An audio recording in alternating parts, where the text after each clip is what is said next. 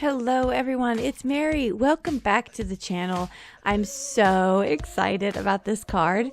This is one of the cards we made in my recent shaker card class, and I just had to bring it over to YouTube because it's too fun not to share. I'm going to go over all the details on how you can make this see-through front shaker card.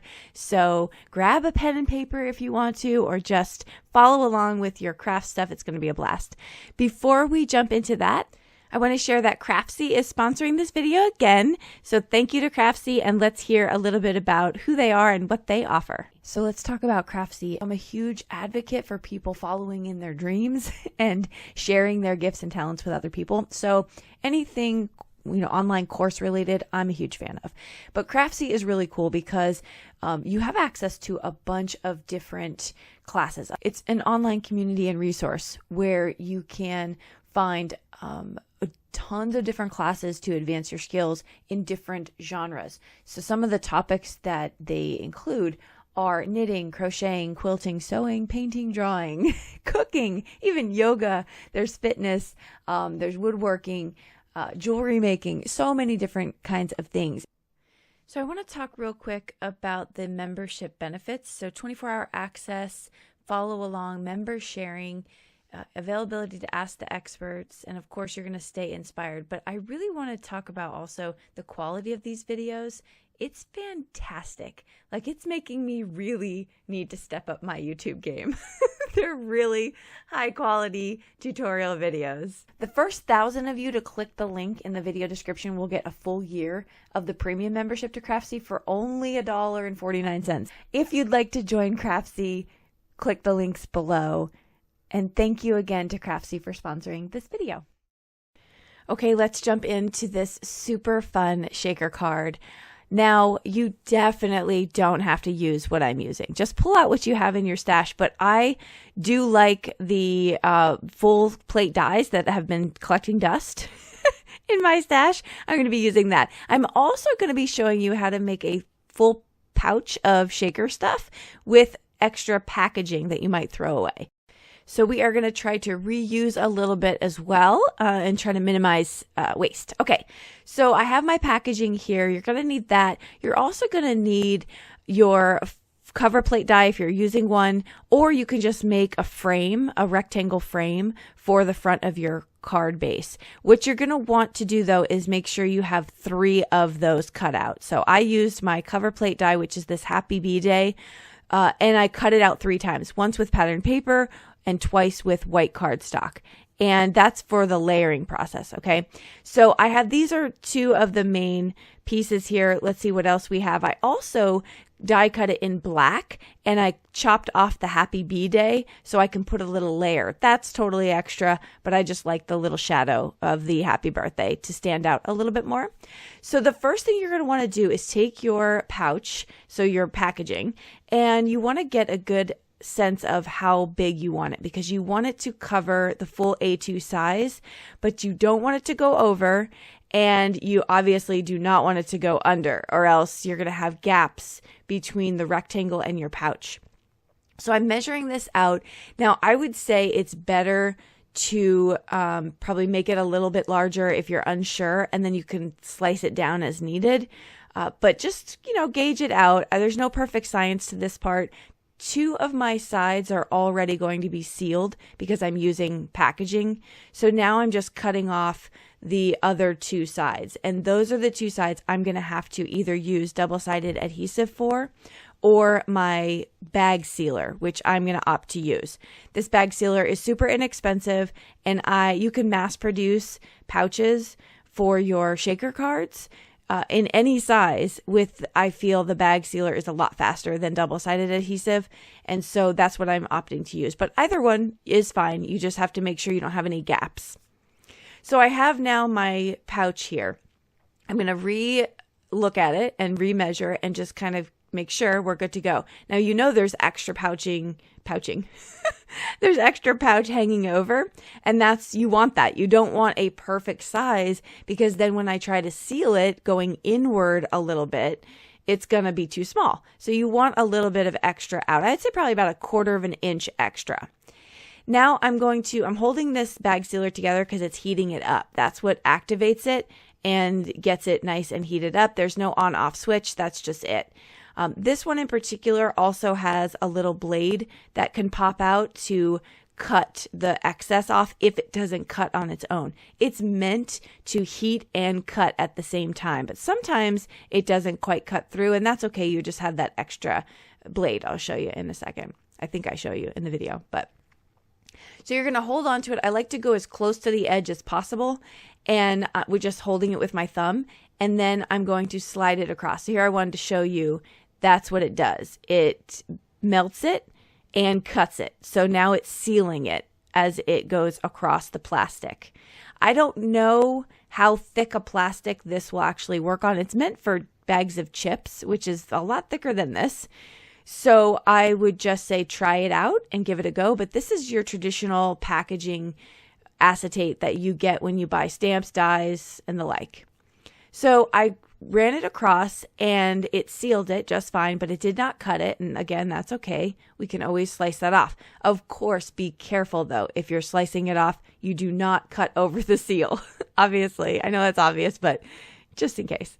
So now I'm going to just take scissors and just kind of remove that excess. I'm okay if there's a little extra piece. I'd rather be more careful than cut into my seam. So just be careful with that.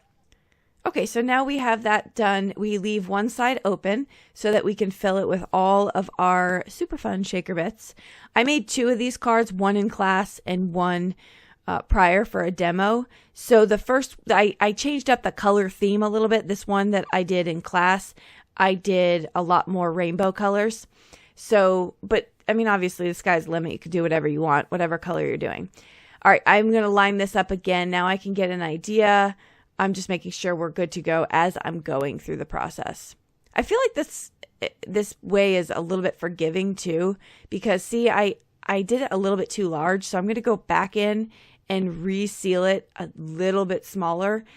That's what I said. Make sure if you're going to do this and not be sure, start bigger and work your way in. This way you don't kind of waste a whole pouch when you can avoid that. So I just go back in, and I kept all this footage because I really feel like it's helpful to see the process in play, especially the way you're holding the pouch. I think that was probably just a little bit of a learning curve when I first did it, because the pressure to keep the pressure in my left hand while keeping it straight. How much pressure? That's what I meant. Not like the self-induced emotional pressure. I mean, there is that too, but that's not what I'm referring to here.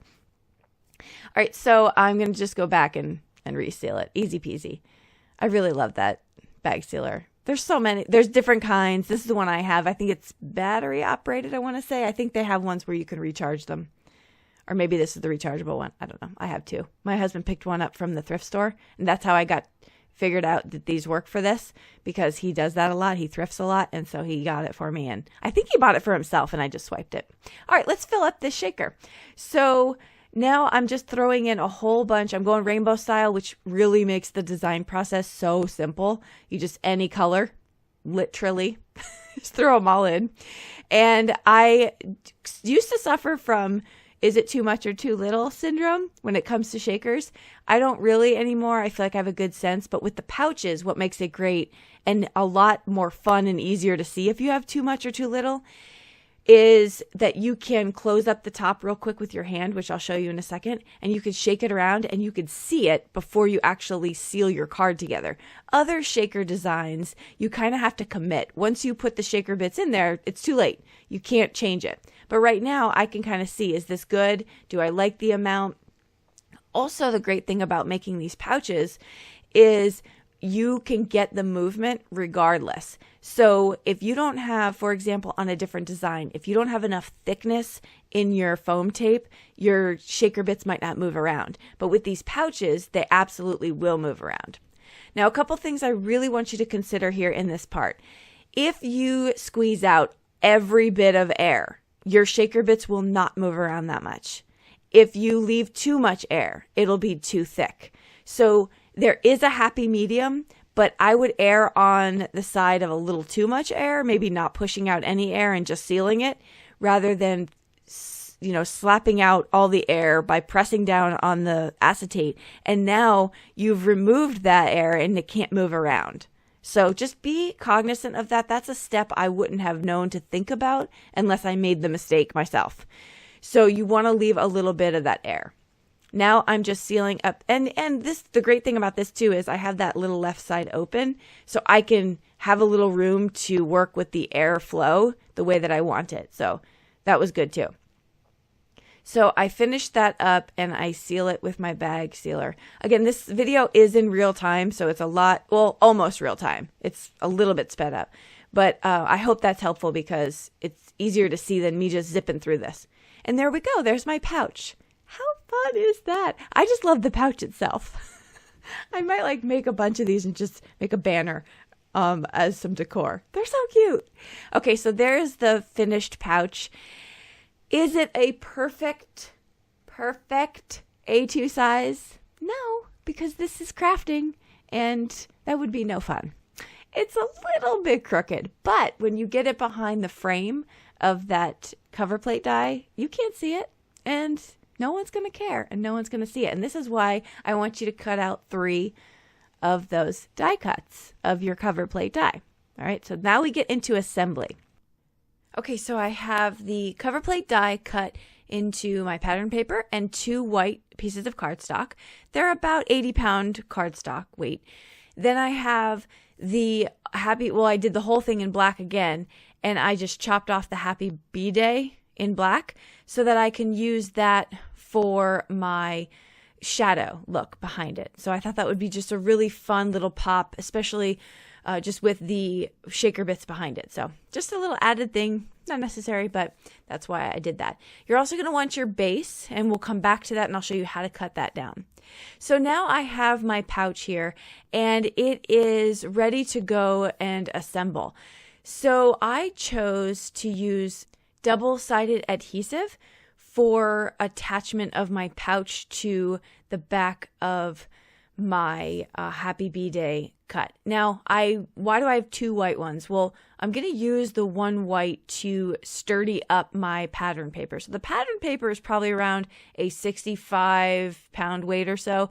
So it's not super sturdy. So I'm going to use that white one to just make it more durable and so that it's not so flimsy. Now that's also going to help when I put the other backing on it to seal in that pouch, and you'll see what I mean in just a second. So I'm just going to use my glue press here. It has a fine nozzle, and I'm going to use liquid adhesive to put those 2 together. I like to do that instead of double-sided adhesive for these paper products because it gives me a little bit of wiggle room to line them up perfectly. Double-sided adhesive would be a little bit too much of a commitment, just that quick commitment, because you can't pull that apart. So now I am going to add my black before I put my pouch on because we want that black to go right up against the pattern paper Happy. And so I do that next. It's just basically the same process with my liquid adhesive. I really wish I can glue that fast. That would be fantastic. But I don't care that even though it's offset, I put the glue all over the back. It doesn't matter because I'm about to put my pouch on there anyway. It's the most minor bit of glue, so no big deal. All right, so now I have that and I have my pouch ready to go, and I'm just getting a lay of the land here and seeing where I need to put it. Now it doesn't, like I said before, it's not perfection to the A2 size. So there is a little bit of overlay of the cardstock. It's better to have a little bit too much cardstock then have your pouch go over the outsides, because then if you cut that, you cut open your pouch.